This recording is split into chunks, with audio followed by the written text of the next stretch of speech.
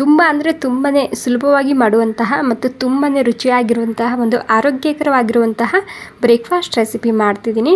ಅಂದರೆ ಈ ಒಂದೇ ವಿಡಿಯೋದಲ್ಲಿ 2 ಬ್ರೇಕ್ಫಾಸ್ಟ್ ರೆಸಿಪಿ ತೋರಿಸ್ತಿದ್ದೀನಿ. ಅದಕ್ಕಾಗಿ ನಾನಿಲ್ಲಿ ಮಿಕ್ಸಿಂಗ್ ಬೌಲ್ನಲ್ಲಿ 1 ಕಪ್ ಆಗುವಷ್ಟು ಅನ್ನ ಹಾಕ್ಕೊತಿದ್ದೀನಿ ಮತ್ತು 1 ಕಪ್ ಆಗುವಷ್ಟು ಕಾಯಿ ತುರಿ ಹಾಕ್ಕೊತಿದ್ದೀನಿ ಮತ್ತು 2 ಕಪ್ ಆಗುವಷ್ಟು ನಾನಿಲ್ಲಿ ರೇಷನ್ ಅಕ್ಕಿ ನೆನೆಸ್ಕೊಂಡು ತೊಗೊತಿದ್ದೀನಿ. 3ರಿಂದ 4 ಗಂಟೆ ನೆನೆಸ್ಕೊಂಡು ತೊಗೊತಿದ್ದೀನಿ. ಅಂದರೆ 2 ಕಪ್ ಅಕ್ಕಿ, 1 ಕಪ್ ಆಗುವಷ್ಟು ಕಾಯಿ ತುರಿ ಮತ್ತು 1 ಕಪ್ ಆಗುವಷ್ಟು ಅನ್ನ ಬೇಕಾಗುತ್ತೆ. ಇದಕ್ಕೆ ಈ 3 ಸಾಮಗ್ರಿ ಒಂದರದಲ್ಲೇ ಹಾಕ್ಕೊಂಡು ಇದನ್ನು ಮಿಕ್ಸ್ ಮಾಡ್ಕೊಂಡು ತೊಗೊತಿದ್ದೀನಿ. ಸಖತ್ ರುಚಿಯಾಗಿರುವಂತಹ ಆರೋಗ್ಯಕರವಾಗಿರುವಂತಹ ಬ್ರೇಕ್ಫಾಸ್ಟ್ ರೆಸಿಪಿ. ನೀವು ಕೂಡ ಒಂದ್ಸಲ ಖಂಡಿತ ಟ್ರೈ ಮಾಡಿ ನೋಡಿ, ತುಂಬಾ ರುಚಿಯಾಗಿ ಬರುತ್ತೆ. ನೋಡಿ, ಈ 3 ಸಾಮಗ್ರಿ ನಾನು ಒಂದ್ಸಲ ಸರಿಯಾಗಿ ಮಿಕ್ಸ್ ಮಾಡ್ಕೊಂಡು ತೊಗೊತಿದ್ದೀನಿ.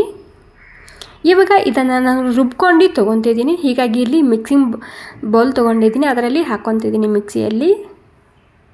ಮೊದಲಿಗೆ ಒಂದ್ಸಲ ಹಾಗೇ ರುಬ್ಕೊಂಡು ತೊಗೊತಿದ್ದೀನಿ, ನೀರು ಹಾಕ್ದೇನೆ.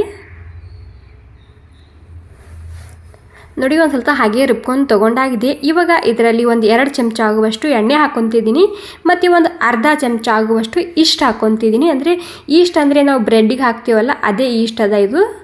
ನೀವು ಈಸ್ಟ್ ಬದಲಾಗಿ ಅಡುಗೆ ಸೋಡಾ ಅಥವಾ ಒಂದು ಸ್ವಲ್ಪನೇ ಈನೋ ಹಾಕೋಬೋದು. ಇಲ್ಲೇ ಹಾಕೋಬಾರ್ದು ಈನೋ ಮತ್ತು ಅಡುಗೆ ಸೋಡಾ ಹಾಕೋದಾದರೆ, ಅದು ನೀವು ಮಾಡುವಾಗಲೇ ಹಾಕೋಬೇಕಾಗುತ್ತೆ. ಈಸ್ಟ್ ಇದ್ದರೆ ಈಸ್ಟ್ ಹಾಕ್ಕೊಳ್ಳಿ, ಅರ್ಧ ಚಮಚ. ಓಕೆ, ನೋಡಿ, ನೀರು ಹಾಕ್ಕೊಂಡು ಮತ್ತು ಈಸ್ಟು ಮತ್ತು ಸ್ವಲ್ಪ ಎಣ್ಣೆ ಹಾಕ್ಕೊಂಡು ರುಬ್ಕೊಂಡಾಗಿದೆ. ಫಸ್ಟ್ ಬ್ಯಾಸ್ನಲ್ಲಿ ಮಾತ್ರ ಹಾಕ್ಕೊಳ್ಳಿ. ಇವಾಗ ಉಳಿದ ಅಕ್ಕಿನ ಹಾಗೆಯೇ ನೀರು ಹಾಕ್ಕೊಂಡು ಸ್ಮೂತಾಗಿ ರುಬ್ಕೊತಿದ್ದೀನಿ. ಅಂದರೆ ಇಲ್ಲೇ ನಾನು ಇಷ್ಟ ಮತ್ತು ಎಣ್ಣೆ ಹಾಕ್ತಿಲ್ಲ, ಹಾಗೆಯೇ ಇದನ್ನು ನೀರು ಹಾಕ್ಕೊಂಡು ಸ್ಮೂತಾಗಿ ರುಬ್ಕೊತಿದ್ದೀನಿ. ನೋಡಿ, ಇವಾಗ ನಾನು ಸೆಕೆಂಡ್ ಬ್ಯಾಚ್ ಕೂಡ ನಾನು ನೀರು ಹಾಕ್ಕೊಂಡು ಸ್ಮೂತಾಗಿ ರುಬ್ಕೊಂಡು ತೊಗೊಂಡಾಗಿದೆ. ಇವಾಗ ಎಲ್ಲ ಹಿಟ್ಟು ಇದೇ ರೀತಿ ನೀವು ರುಬ್ಕೊಂಡು ತೊಗೋಬೋದು. ನೋಡಿ, 3ರಿಂದ 4 ಬ್ಯಾಸ್ನಲ್ಲಿ ನಾನು ಎಲ್ಲ ಹಿಟ್ಟು ರುಬ್ಕೊಂಡಾಗಿದೆ. ಇವಾಗ ಒಂದು ಸ್ವಲ್ಪ ಮಿಕ್ಸಿ ತೊಳ್ಕೊಂಡು ನೀರು ಕೂಡ ನಾನು ಹಾಕ್ಕೊತಿದ್ದೀನಿ. ಇಲ್ಲಿ ಜಾಸ್ತಿ ಗಟ್ಟಿಯಾಗಿರಬಾರ್ದು, ಒಂದು ಸ್ವಲ್ಪ ತಿಳಿಯಾಗಿ ಇರಲಿ. ನಾವು ದೋಸೆ ಹಿಟ್ಟು ಮಾಡ್ಕೊತೀವಲ್ಲ, ಅದೇ ರೀತಿಯಾಗಿರಬೇಕಿದು. ರುಚಿಗೆ ತಕ್ಕಷ್ಟು ಉಪ್ಪು ಹಾಕ್ಕೊತಿದ್ದೀನಿ. ಇವಾಗ ಉಪ್ಪು ಹಾಕಿ ಸ್ವಲ್ಪ ನೀರು ಹಾಕ್ಕೊಂಡಿನಿ. ಇವೆಲ್ಲ ಸೇರಿಸಿ ಮಿಕ್ಸ್ ಮಾಡ್ಕೊತಿದ್ದೀನಿ. ಮಿಕ್ಸ್ ಮಾಡ್ಕೊಂಡು ಇದಕ್ಕೆ ನೋಡಿ, ಇಷ್ಟು ತಿಳಿಯಾಗಿದೆ ಇದು. ನಾವು ದೋಸೆ ಹಿಟ್ಟು ಮಾಡ್ಕೊತೀವಲ್ಲ, ಅದೇ ರೀತಿಯಾಗಿರಬೇಕು. ಇವಾಗ ಇದಕ್ಕೆ 2 ಗಂಟೆ ನೆನೆಯೋದಕ್ಕೆ ಬಿಡಬೇಕಾಗುತ್ತೆ. ನಾವು ಇದರಲ್ಲಿ ಈಸ್ಟ್ ಹಾಕಿರ್ತೀವಲ್ಲ, ಅದು ಫರ್ಮೆಂಟೇಷನ್ ಆಗುತ್ತೆ. ಹೀಗಾಗಿ ಇದಕ್ಕೆ 2 ತಾಸು ಬಿಡ್ತಿದ್ದೀನಿ. ಅಲ್ಲಿ ತನಕ ನಿಮಗೆ ಒಂದು ಚಟ್ನಿ ಮಾಡಿ ತೋರಿಸ್ತಿದ್ದೀನಿ. ತುಂಬಾ ಸುಲಭವಾಗಿ ಮಾಡುವಂತಹ ಚಟ್ನಿ ಇದು. ಇಲ್ಲಿ ನಾನು 1 ಕಪ್ ಆಗುವಷ್ಟು ಹಸಿ ತೆಂಗಿನಕಾಯಿ ಮಿಕ್ಸಿಯಲ್ಲಿ ಹಾಕ್ಕೊತಿದ್ದೀನಿ ಮತ್ತು ಅರ್ಧ ಕಪ್ ಆಗುವಷ್ಟು ಪುಟಾಣಿ ಹಾಕ್ಕೊತಿದ್ದೀನಿ. ಸ್ವಲ್ಪ ಕಮ್ಮಿ ಹಾಕಿ ಅರ್ಧ ಕಪ್ಪಿಗೆ. ಮತ್ತು ಖಾರಕ್ಕೆ ಎಷ್ಟು ಬೇಕಷ್ಟು ಮೆಣಸಿನ್ಕಾಯಿ ಹಾಕ್ಕೊತಿದ್ದೀನಿ ಮತ್ತು ಸ್ವಲ್ಪ ಹಸಿ ಶುಂಠಿ ಮತ್ತು ರುಚಿಗೆ ತಕ್ಕಷ್ಟು ಉಪ್ಪು ಹಾಕ್ಕೊತಿದ್ದೀನಿ. ನೀವು ಇದರಲ್ಲಿ ಹುಳಿ ಬೇಕಿದ್ರೆ ಸ್ವಲ್ಪ ನಿಂಬೆಹಣ್ಣು ಅಥವಾ ಹುಣಸೆಹಣ್ಣು ಹಾಕ್ಕೋಬೋದು ಇದರಲ್ಲಿ. ಓಕೆ, ನೋಡಿ, ಮೊದಲಿಗೆ ಹಾಗೆಯೇ ರುಬ್ಕೊಂಡಿದ್ದು ನಾನು. ರುಬ್ಕೊಂಡಾದ್ಮೇಲೆ ಇದಕ್ಕೆ ನಿಮಗೆ ಎಷ್ಟು ನೀರು ಬೇಕು ಅಷ್ಟು ನೋಡ್ಕೊಂಡು ನೀರನ್ನ ಹಾಕ್ಕೊಂಡು ಸ್ಮೂತಾಗಿ ರುಬ್ಕೋಬೋದು. ಓಕೆ, ನೋಡಿ, ನಮ್ಮ ಚಟ್ನಿ ತಯಾರಾಗಿದೆ. ಇವಾಗ ಇದು ಸಣ್ಣದಾಗಿ ಇದಕ್ಕೆ ತಡ್ಕ ಕೊಡಬೇಕು. ನಿಮಗೆ ಇಲ್ಲಿ ತಿಳಿಬೇಕು, ಗಟ್ಟಿ ಬೇಕು ನೋಡ್ಕೊಂಡು ನೀವು ಚಟ್ನಿನ ನೀರು ಹಾಕ್ಕೊಳ್ಳಿ. ಇವಾಗ ಇದಕ್ಕೆ ತಡ್ಕ ಕೊಡೋದಕ್ಕೆ ಒಂದು ಸಣ್ಣ ಪ್ಯಾನ್ ಇಟ್ಕೊಂಡಿನಿ. ಒಂದು ಸ್ವಲ್ಪ ಎಣ್ಣೆ ಹಾಕ್ಕೊತಿದ್ದೀನಿ. ಎಣ್ಣೆ ಗರಂ ಆಗಿದೆ. ಇವಾಗ ಎಣ್ಣೆ ಗರಂ ಆದಮೇಲೆ ಅರ್ಧ ಚಮಚ ಸಾಸಿವೆ ಹಾಕ್ಕೊತಿದ್ದೀನಿ ಮತ್ತು ಒಂದು ಸ್ವಲ್ಪನೇ ಹಿಂಗೆ ಹಾಕ್ಕೊತಿದ್ದೀನಿ ಮತ್ತು ಬ್ಯಾಡಗಿ ಮೆಣಸಿನ್ಕಾಯಿ ಹಾಕ್ತಿದ್ದೀನಿ. ಮತ್ತು ಇವಾಗ ಗ್ಯಾಸ್ ಬಂದ್ ಮಾಡ್ಕೊಂಡು ಸ್ವಲ್ಪ ಕರಿಬೇವು ಸೊಪ್ಪು ಹಾಕ್ಕೊಂಡು ಮಿಕ್ಸ್ ಮಾಡಿದರೆ ಸಾಕು. ನಮ್ಮ ರುಚಿಯಾಗಿರುವಂತಹ ಹಸಿ ತೆಂಗಿನಕಾಯಿ ಚಟ್ನಿ ತಯಾರಾಗಿದೆ. ಜಸ್ಟ್ 1ರಿಂದ 2 ನಿಮಿಷದಲ್ಲಿ ಈ ಚಟ್ನಿನ ತಯಾರು ಮಾಡ್ಕೋಬೋದು. ಇಡ್ಲಿ, ದೋಸೆ, ಪಡ್ಡು ಎಲ್ಲದಕ್ಕೂ ತುಂಬಾ ರುಚಿಯಾಗಿರುತ್ತೆ ಈ ಚಟ್ನಿ. ಇಲ್ಲಿ ಹಿಟ್ಟಿಗೆ ಕೂಡ ಸುಮಾರು 2 ತಾಸು ಆಗೋ ತನಕ ನಾನು ಬಿಟ್ಟಿದ್ದ. ಹಿಟ್ಟು 2 ತಾಸು ಬಿಟ್ಟು ಏನಾಗುತ್ತೆ, ಡಬಲ್ ಆಗುತ್ತೆ ಇದು. ಅಂದರೆ ಹುದುಗ್ ಬರುತ್ತೆ. ಇದರಲ್ಲಿ ನಾವು ಇಷ್ಟು ಹಾಕಿರ್ತೀವಲ್ಲ, ಹೀಗಾಗಿ. ಇವಾಗ ಇಲ್ಲಿ ಹಂಚು ಕೂಡ ಗರಂ ಆಗಿದೆ. ಒಂದು ಸ್ವಲ್ಪ ನಾನಿಲ್ಲಿ ಎಣ್ಣೆ ಹಾಕ್ತಿದ್ದೀನಿ. ತುಂಬಾ ಸಾಫ್ಟಾಗಿ ಬರುತ್ತೆ ಇದು. ಒಂದು ಸ್ವಲ್ಪ ಖಂಡಿತ ನೀವು ಟ್ರೈ ಮಾಡಿ ನೋಡಿ. ಓಕೆ, ನೋಡಿ, ಹಂಚು ಕೂಡ ಗರಂ ಆಗಿದೆ. ಎಣ್ಣೆ ಕೂಡ ಹಾಕ್ಕೊಂಡಿನಿ. ಇಲ್ಲಿ ಹಿಟ್ಟು ಹಾಕ್ಕೊತಿದ್ದೀನಿ.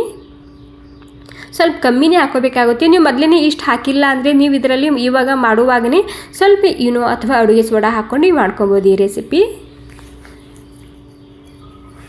ಓಕೆ, ನೋಡಿ, ಎಲ್ಲದಕ್ಕೆ ಸೇರಿಸಿ ಹಾಕ್ಕೊಂಡಾಗಿದೆ. ಇವಾಗ ಸ್ಲೋಕ್ಕಿಂತ ಒಂದು ಸ್ವಲ್ಪ ಜಾಸ್ತಿ ಇರಲಿ ಗ್ಯಾಸ. 2 ನಿಮಿಷ ಆಗೋ ತನಕ ಇದಕ್ಕೆ ಮುಚ್ಚಿಡ್ತಿದ್ದೀನಿ.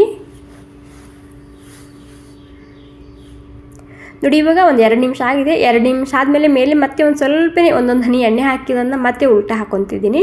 ಸಲೀಸಾಗಿ ಏಳುತ್ತೆ ಇದು, ಒಳಗೆ ಇಷ್ಟು ಹಾಕಿರ್ತೀವಲ್ಲ, ಹೀಗಾಗಿ. ಮತ್ತು ಇದ್ರ ಟೇಸ್ಟ್ ಕೂಡ ತುಂಬ ಅಂದರೆ ತುಂಬಾ ರುಚಿಯಾಗಿ ಬರುತ್ತೆ. ಒಳಗೆ ಹಸಿ ತೆಂಗಿನಕಾಯಿ ಹಾಕಿರ್ತೀವಿ ಮತ್ತು ಅನ್ನ ಹಾಕಿರ್ತೀವಲ್ಲ, ಹೀಗಾಗಿ ತುಂಬಾ ಸಾಫ್ಟಾಗಿ ಬರುತ್ತೆ ಈ ಪಡ್ಡು. ನೋಡಿ ಎಲ್ಲ ಸೇರಿಸಿ ನಾನು ಉಲ್ಟಾ ಹಾಕ್ಕೊಂಡಿದ್ದಕ್ಕೆ ಮತ್ತೆ ಒಂದು 2 ನಿಮಿಷ ಇದನ್ನು ಮುಚ್ಚಿಡ್ತಿದ್ದೀನಿ. ನೋಡಿ ಇವಾಗ ಒಂದು 2 ನಿಮಿಷ ಆಗಿದೆ. ಇದನ್ನು ಚೆಕ್ ಮಾಡಿ ನೋಡ್ತಿದ್ದೀನಿ ಆಗಿದೆಯಿಲ್ಲ ಅಂಥೇಳಿ. ಪರ್ಫೆಕ್ಟಾಗಿ ತಯಾರಾಗಿದೆ. ಇದು ತುಂಬ ಅಂದರೆ ತುಂಬಾ ರುಚಿಯಾಗಿ ತುಂಬಾ ಸಾಫ್ಟಾಗಿ ಬರುತ್ತೆ ಈ ಪಡ್ಡು. ಸೊ ನೋಡ್ತಿರ್ಬೋದು ಯಾವ ರೀತಿ ಕಾಣ್ತಿದೆ ಅಂಥೇಳಿ. ಒಳಗಡೆ ಒಂದು 2 ಚಮಚನೂ ಸಕ್ಕರೆ ಕೂಡ ಹಾಕ್ಬೋದು. ನನಗೆ ನೆನಪು ಹೋಗಿದೆ ಸಕ್ಕರೆ ಹಾಕೋದಕ್ಕೆ ಹಿಟ್ಟಿನಲ್ಲಿ. ವಾವ್, ನೋಡಿ ತುಂಬಾ ಸಾಫ್ಟಾಗಿ ಬರುತ್ತೆ. ಸೊ ಖಂಡಿತ ನೀವು ಒಂದು ಸ್ವಲ್ಪ ಮಿಸ್ ಮಾಡದೆ ಟ್ರೈ ಮಾಡಿ ನೋಡಿ. ಇವಾಗ ಇದೇ ಹಿಟ್ಟಿನಲ್ಲಿ ನಾನು ನಿಮಗೆ ಉತ್ತಪ್ಪ ಕೂಡ ಮಾಡಿ ತೋರಿಸ್ತಿದ್ದೀನಿ. ಈ ರೀತಿ ಸಣ್ಣ ಪ್ಯಾನ್ ಇಲ್ಲ ಅಂದರೆ ನೀವು ದೊಡ್ಡ ಪ್ಯಾನ್ನಲ್ಲಿ ಕೂಡ ಮಾಡ್ಕೋಬೋದು, ಅಥವಾ ದೋಸೆ ತವದ ಮೇಲೆ ಕೂಡ ಉತ್ತಪ್ಪ ಮಾಡ್ಕೋಬೋದು. ಉತ್ತಪ್ಪ ಕೂಡ ತುಂಬಾ ರುಚಿಯಾಗಿ ಬರುತ್ತೆ. ಸಾದಾ ಉತ್ತಪ್ಪ ಬೇಕಾದರೆ ಸಾದಾ ಮಾಡ್ಕೋಬೋದು, ಅಥವಾ ಮೇಲೆ ಎಲ್ಲ ತರಕಾರಿ ಹಾಕೊಂಬೋದಿತ್ತಂದರೆ ನೀವು ಒಂದು ಸ್ವಲ್ಪ ಇಲ್ಲಿ ಮೇಲೆ ತರಕಾರಿನ ಹಾಕೋಬೋದು. ನೋಡಿ ಇದು ಕೂಡ 1 ನಿಮಿಷ ಆಗೋ ತನಕ ನಾನು ಸ್ಲೋ ಗ್ಯಾಸ್ನಲ್ಲಿ ಮುಚ್ಚಿಟ್ಟಿದ್ದೆ. ಇವಾಗ ಇದನ್ನು ಉಲ್ಟಾ ಹಾಕೊತಿದ್ದೀನಿ. ನೋಡಿ ವಾವ್, ಇದು ಕೂಡ ಎಷ್ಟು ಸರಿಯಾಗಿ ಬಂದಿದೆ ಅಲ್ವಾ.